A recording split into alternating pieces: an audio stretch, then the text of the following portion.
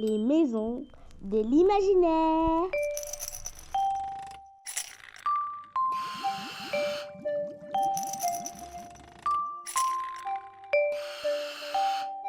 Un programme de Cœur Imagination.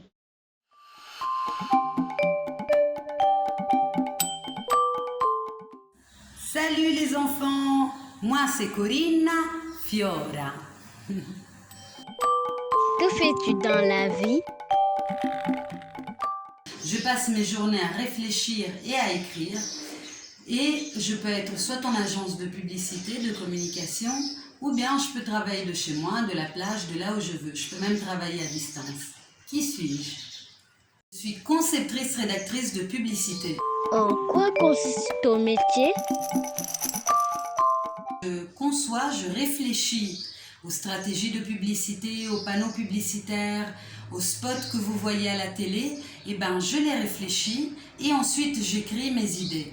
Et avec l'écriture de mes idées, on crée des publicités. Et ça peut être des publicités à la radio, ça peut être des publicités à la télé, ça peut être des films courts. Et en fait, conception-rédaction, le travail consiste en ça. Ça consiste à écrire des histoires, à imaginer des façons de communiquer en fait, pour des produits, pour des musiciens et des choses comme ça. Et du coup, c'est un métier créatif.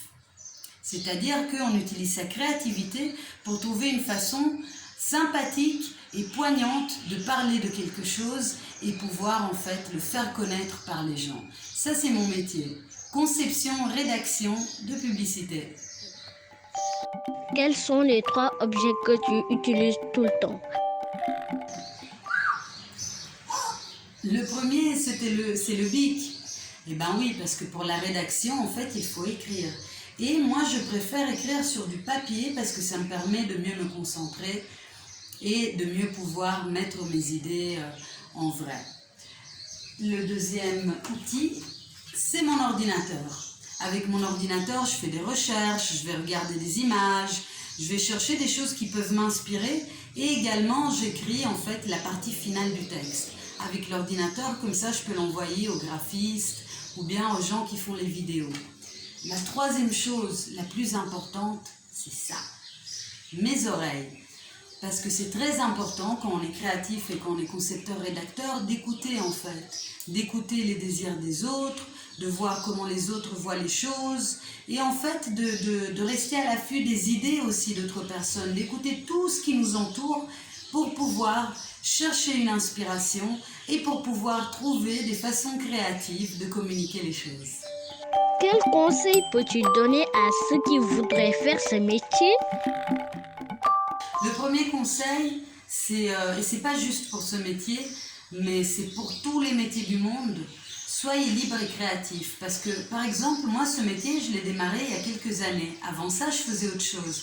Ça veut dire, les enfants, et c'est très important, que tout au long de votre vie, vous allez apprendre de nouvelles choses et vous pouvez vous réinventer et vous pouvez changer de métier quand vous voulez. C'est possible, en fait, vous avez la liberté de faire tout ce que vous voulez dans la vie. Et ça, c'est très important, n'oubliez jamais ça.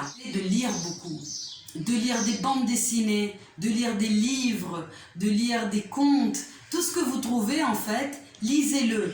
Regardez également des films, des séries animées, des choses comme ça. En fait, essayez de chercher dans ce qui existe déjà, des choses qui peuvent vous inspirer et qui peuvent nourrir votre créativité. Le deuxième conseil que je vous donne, c'est de nourrir son imagination, pas juste à travers la lecture ou les films, mais également avec la musique, avec la danse, en se promenant dans la nature, en regardant les oiseaux, les animaux, les plantes, en écoutant les personnes quand ils racontent des histoires, etc.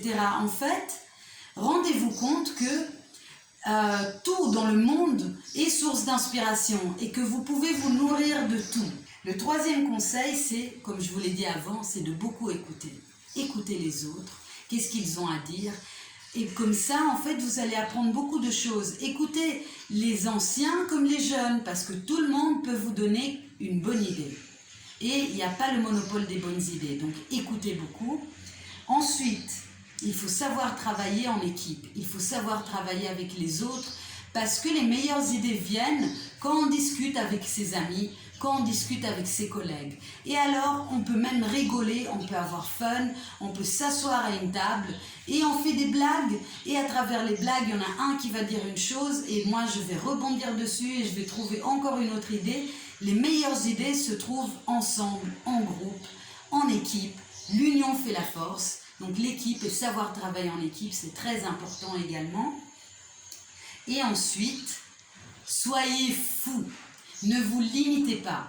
Ne vous dites pas « Ah non, ça c'est trop, c'est un peu trop peut-être, c'est un peu trop fou ». Non, laissez-vous la possibilité d'explorer toutes vos idées. Après, vous allez pouvoir faire le tri et sélectionner. Mais avant tout, soyez fous. C'est pour ça que j'ai un chapeau de magicien.